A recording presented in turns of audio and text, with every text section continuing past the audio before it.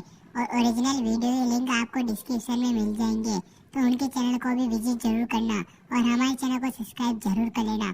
ہم ملیں گے ایسے اور نئے ریئیکشن ویڈیو میں. تب تک کے لیے دھنیہ واد. جے جوان جے کسان.